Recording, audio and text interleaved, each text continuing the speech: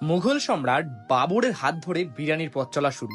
মধ্য এশিয়ার পোলাওয়ের সঙ্গে মিশে গেল ভারতের মশলা আর মাংস। মনে করা হয় 1526 সালে পানিপথের প্রথম যুদ্ধের আগে সৈন্যদের উৎসাহ বাড়াতে এই বিশেষ পথটি তৈরি করা হয়েছিল।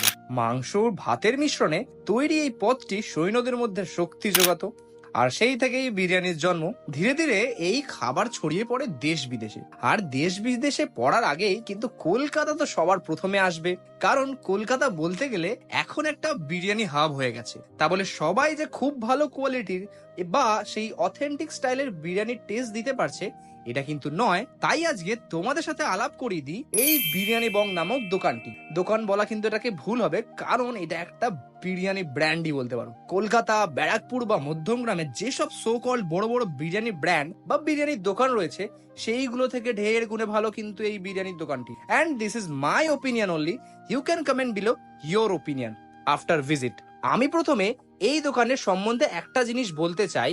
এনাদের যে হাইজিন কোয়ালিটি মেনটেন, এটা কিন্তু আমার কাছে সত্যিই খুব রেসপেক্টফুল আর সত্যিই খুব অসাধারণ। তারা কিন্তু পরিবেশের কথা মাথায় রেখে ডিসপোজেবল কন্টেনার ফর পার্সেল এবং ডিসপোজেবল প্লেট ওখানে বসে খাওয়ার জন্য কিন্তু ব্যবহার করে থাকে। বিরিয়ানির কথা যদি বলতে হয়, এই বিরিয়ানিটা দেখতে কিন্তু কলকাতা স্টাইলের বিরিয়ানির মতন, কিন্তু কলকাতা স্টাইলের বিরিয়ানি থেকে একটু ডিফারেন্ট আছে এবং কিছুটা নিজস্বতা ভাব রয়েছে, যেটা আমরা সচরাচর দেখতে পাই লখনৌ বিরিয়ানিতে।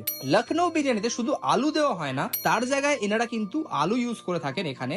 আর আলুর মধ্যে ফ্লেভার গুলো খুব সুন্দর গেছে।